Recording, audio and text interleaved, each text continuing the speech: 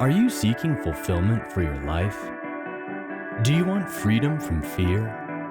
That's why we're here. Welcome to Jesus 101, introducing you to the real Jesus. And now, here's your host, Elizabeth Talbot. Welcome to Jesus 101. Today we are talking about God's reality versus our reality and the power of His reality, even though it's usually not seen, because faith is the certainty of things not seen. But before we get to the story for today of one of the great leaders of Israel that God used to get to the promised land, I'm going to tell you a story that has to do with headphones. So, this is the story. One day, a pastor went to another city, another state, and had to take a plane. You know, I take a lot of planes, and storms are not fun. When you get a storm and you're on the plane, it's not a fun place to be. And this man tells us that, this pastor tells me that this particular plane was going through a very, very rough storm, one that had turbulence that was a little more than, well, what any of us would want to be in. And you know what happened? All of a sudden, everybody started crying and panicking and, you know, little screams here and there. But there was one person behind this pastor who was laughing out loud. He wasn't just laughing like, no, it was like laughing out loud. Like this was a funny situation, and it wasn't funny. It wasn't funny for anyone. So, kind of annoyed, this pastor decided to turn around to see why this man kept laughing. When he turned around, he saw that this man had headphones. And he was listening and watching a comedian. And he was just laughing because the comedian happened to be funny.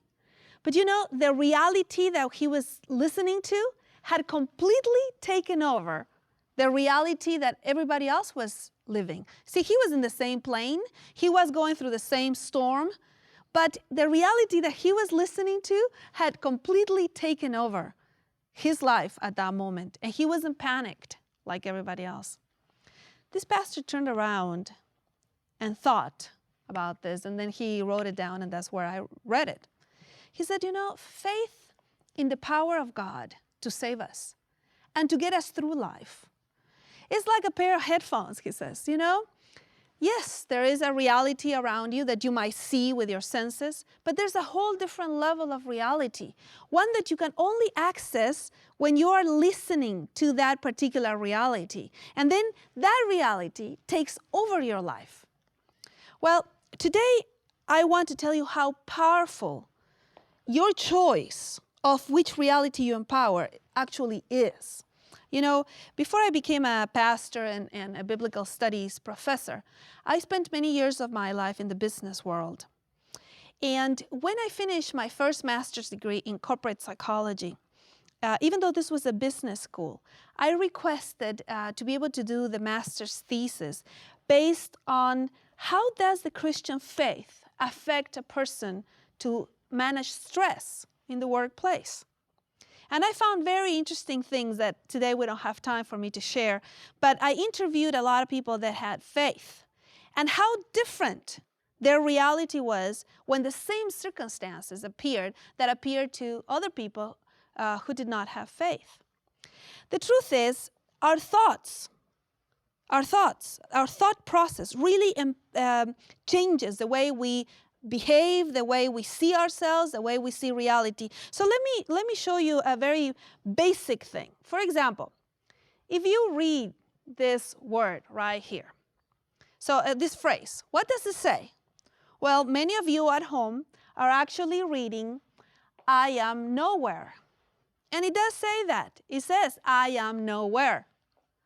But some of you at home are reading, I am now here. Because it actually also says, I am now here.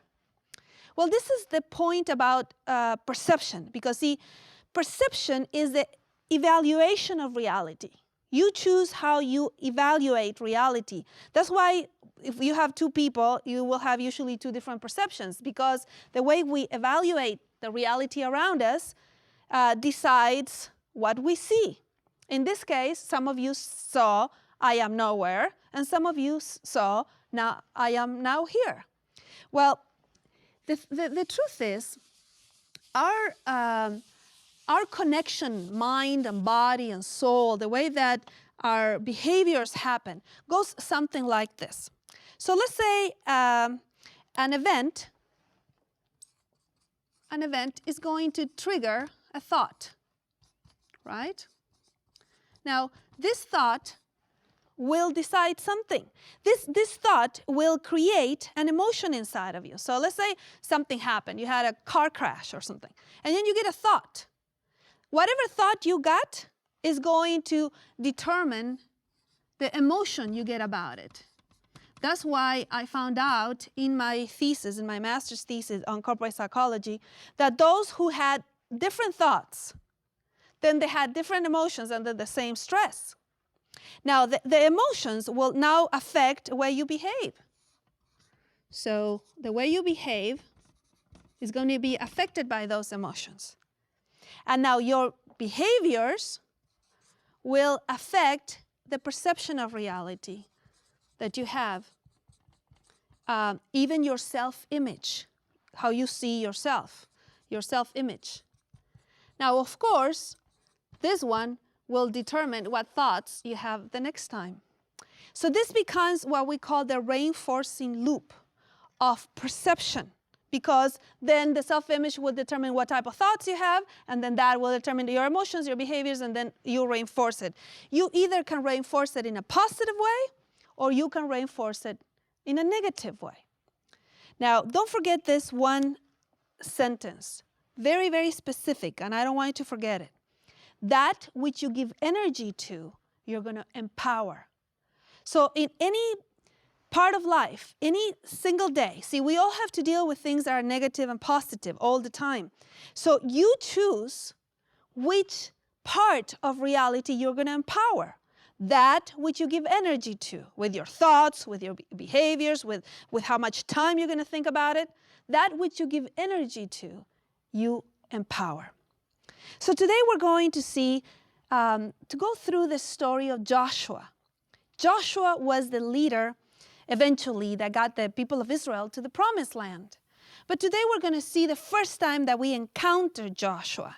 And he's part of the 12 spies. And they're going to go see this promised land. Don't forget that the whole history of redemption is linked together. You know, we said we start with the family of God in Abraham, then the people of God with Moses, then the kingdom of God with David. So we are advancing towards the cross at all times. Now, Joshua is one of 12 who will go to spy into this promised land. They have gotten there. They didn't leave Egypt that long ago. They're ready to take over. But then we will have two totally different perceptions. Now let's go to chapter 13 and 14 of the book of Numbers. And let's see what the Bible says that these people went through. Because some of the group empower one side of reality, and the other side of the group empowered a different side of reality. So let's go to chapter 13 of the book of Numbers. And you will see that from the very beginning, they are told that this will be a mission that will be successful. I mean, wouldn't you love to have that type of reality? The Lord saying, you get into this marriage, and this marriage would be successful. You have children, and these children will be healthy, and they will do the right thing. I mean, we would all like to have this assurance that they get at the very beginning of the mission, and still some of them will choose not to believe. So let's go to chapter 13 of Numbers, verse 1. The Lord spoke to Moses, saying, send out for yourself men so that they may spy out the land of Canaan, which I am going to give to the son of Israel. I'm going to do this, says the Lord. So you don't have to worry about the outcome. I will do it, okay? I have power to do this. Just concentrate on my power and keep focused on what I can do, not what you people can do, okay? So you shall send a man from each of the fathers of their fathers' tribes, everyone a leader among them. So the next thing you see here is the list of the 12 people. Now, I want to catch your attention here for a moment, because there is a man who we don't know much about. We have not encountered him very often. Chapter 13, verse 8. From the tribe of Ephraim, Hoshea, the son of Nun. We haven't heard much about Hoshea, have we? Well, that's because on verse 16, we are told that of all these men, Moses decides that this man's name will change. So instead of us knowing him in the history of Israel as Hoshea, we know him by the name that Moses decided to give him that day. Verse 16, these are the names of the men whom Moses sent to spy out the land. But Moses called Hoshea, the son of Nun, Joshua. Moses decided that day that he was going to change the name of Hoshea. He didn't want that name. Obviously, the Lord guided him because something very special was going to happen with the one who now is called Joshua. But he was called Hoshea. And he now is called Joshua, which means the Lord saves. Yahweh saves. So from now on, this man will be called Joshua. The Lord saves. And as you know, they went out into the land, and for 40 days, they spied the land to see it. Now, it's very interesting to me that they will bring evidence of that this was the land that the Lord had prepared for them. As a matter of fact, we're told here that after 40 days, they came with grapes and figs. Doesn't this look great? But you know what? The figs and the grapes of that time were much bigger. I mean, this is awesome for me, and I live here in a place where there's fruits and vegetables. But can you imagine a people that have been for a few weeks in the desert, and now they see fresh fruit, and the fruit is so big, we are told, that they brought a single cluster of grapes. This is verse 23 of chapter 13, verse 23, and they carried it on a pole. Can you imagine? I mean, I have it on a plate here, but the cluster of grapes was so big that they had to carry it between two people on a pole. And between two men, and they brought some pomegranates and some figs. And they brought the evidence. And they said, yes, you're right. This was the place that we were told. This is a rich land, and it flows with milk and honey and wonderful fruit. So you think that the story is over, right? But it's not over. Because now we're going to get this reinforcing loops in their thought pattern.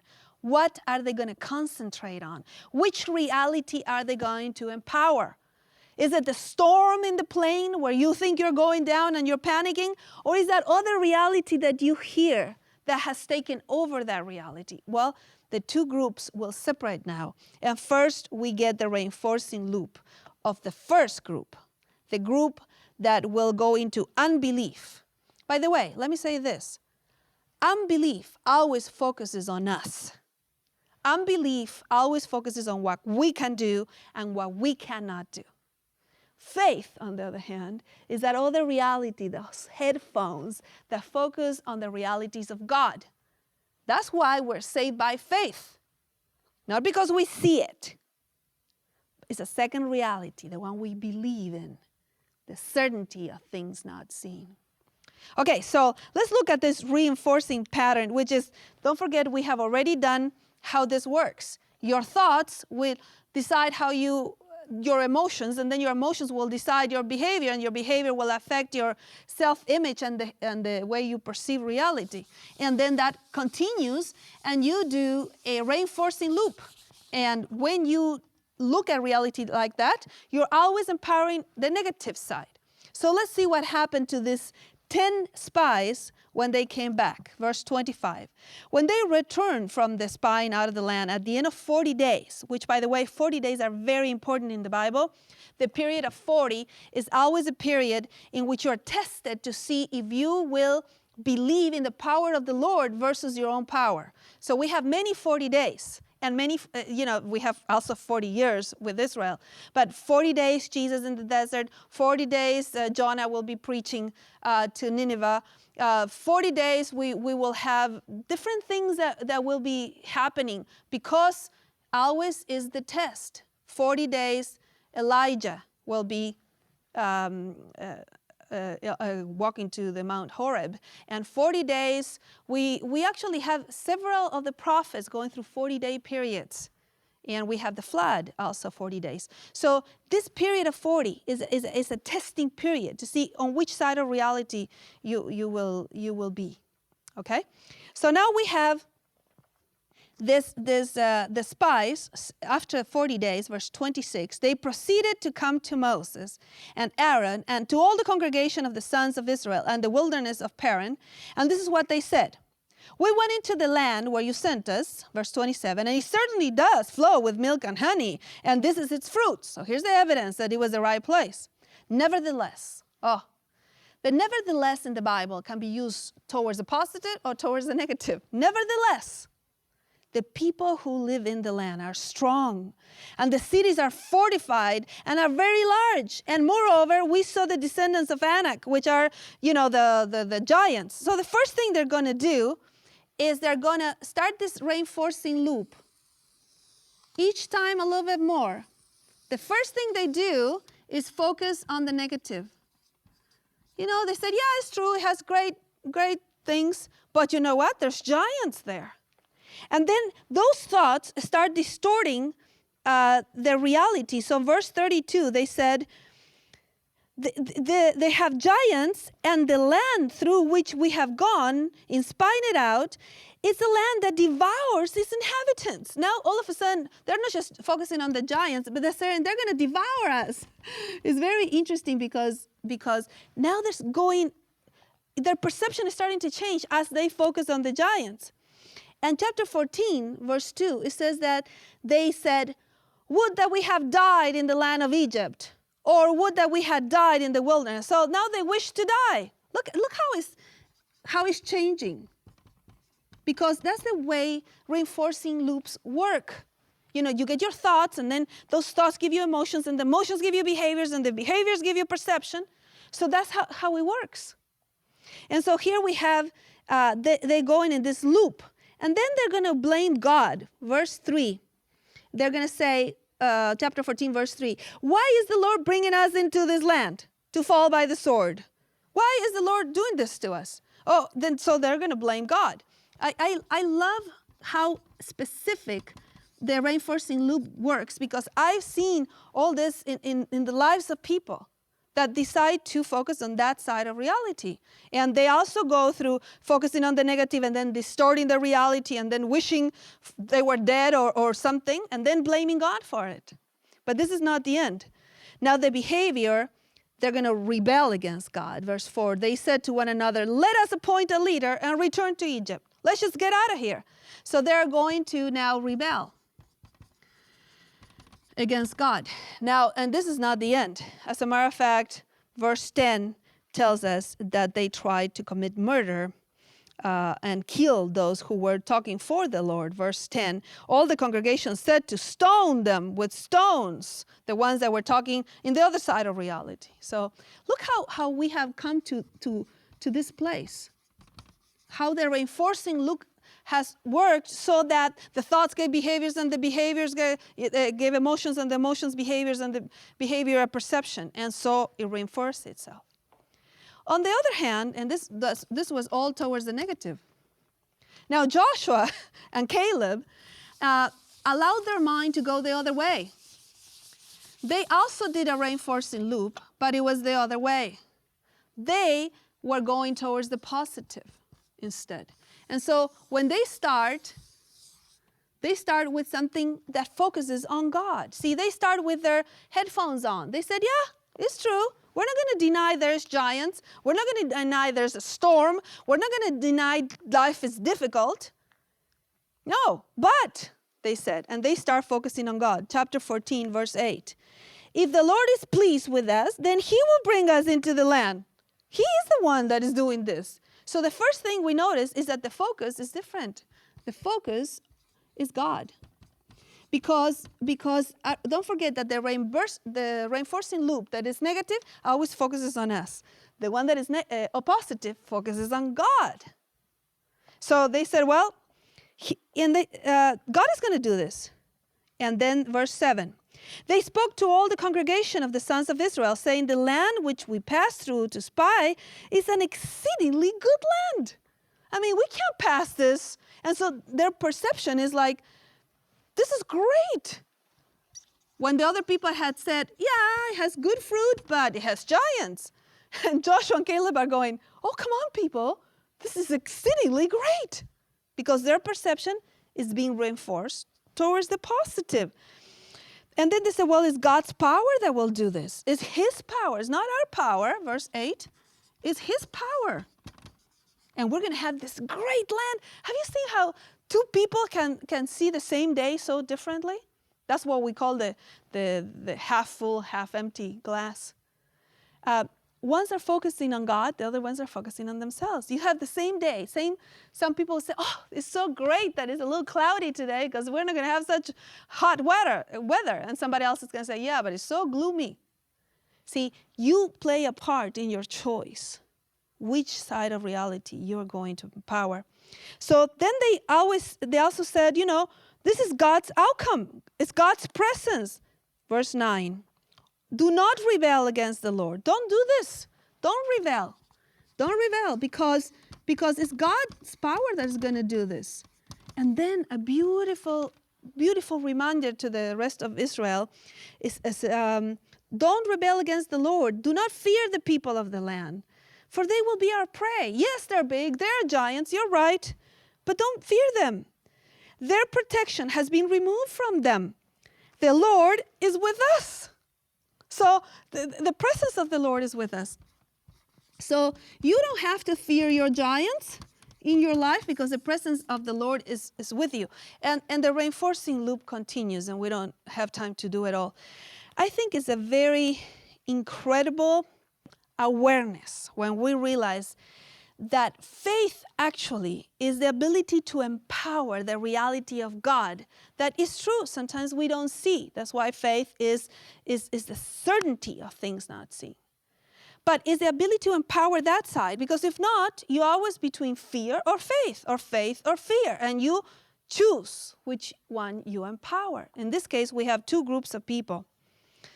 Well, the people wanted to stone those who had the reinforcing loop that was positive. And unfortunately, they wanted to go back, and God allowed them.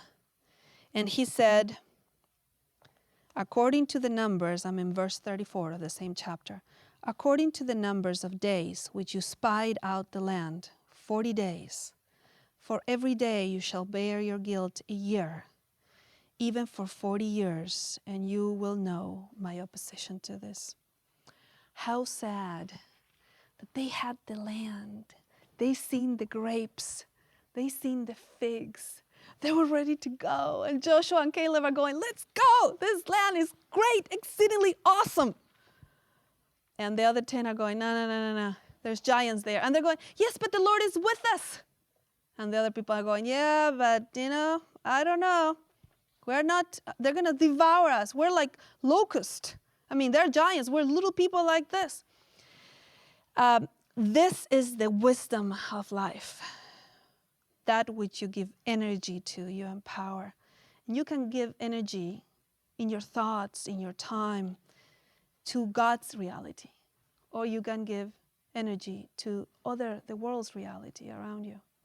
And so here we have these people that eventually had a timeout of 40 years. God placed them in a timeout of 40 years. And I love the fact that eventually Joshua, and you can read this story in the book of Joshua, eventually 40 years later, Joshua does get into the land. And he's so sure that this has to do with the Lord's power, that you can read in chapter 2 and that he sends spies again. But this time he says, don't forget, the power of the Lord will give us this land. 40 years later, Joshua and Caleb are the only two in all that congregation who actually will enter the land that was promised to them. And the first battle they'll find is Jericho. a city that was walled all around. But that is the topic of our next show. But they, again, have to be reminded that there are two realities. The walls of Jericho that are so powerful, or the reality that God is with them and will do for them what they cannot do for themselves. Now, this is very interesting. Remember that I told you that Moses had changed the name of Hoshea to Joshua? Well, the name Joshua is the same name as the name Jesus. Joshua, or Yeshua, is in Hebrew. Jesus is in Greek. It's the exact same name. As a matter of fact, in the Old Testament that was translated from Hebrew to Greek 200 years before Christ, this book is called the Septuagint, is the Greek version of the Old Testament. The name of Joshua is Jesus, exactly the same as Jesus in the New Testament in the Greek. Because obviously Moses prophetically changed the name of Joshua because it would be a prototype, a symbol of who Jesus would be. Because Jesus eventually would be the one to take us into the promised land. That's why when the angel came to Mary in chapter 1 of Matthew, he said, don't forget that his name will be Yeshua, or in Greek, Jesus, or as we have it, Joshua, because it means the Lord saves. And so the angel will remind Mary that has to be the name. And he will say why. Verse 21 of Matthew 1. She will bear a son, and you shall call his name Jesus. Same name. For he will save his people from their sins. Yahweh saves. And this is the reality, that Jesus saves, and salvation can only be understood through faith. Because you have two realities, the one you see, and the one you see around you, and the one you know, because the Bible tells you so. That's why salvation is that way. That's why Hebrews 11:1 says, faith is the certainty of things not seen. It's because faith works like this. Now, until that day, when the realities of God will come true, and until that day when Jesus comes to take us home, because he has already done, through his power, accomplished our salvation. Until that day, put those headphones on. Whatever difficulties you're going through, whatever sickness you're going through, whatever problems you're going through, remember there's a whole different reality. The reality that says this life is temporary. We're going home very soon. So put those headphones on, and until that day when we see him face to face, let's do this. Instead of talking to God about your giants, well, talk to your giants about how big your God is. Tell your giants that you have a God who has done for you what you could have never done for yourself. And may the power of God strengthen you in time of trouble. Put those headphones on and listen to Jesus' reality.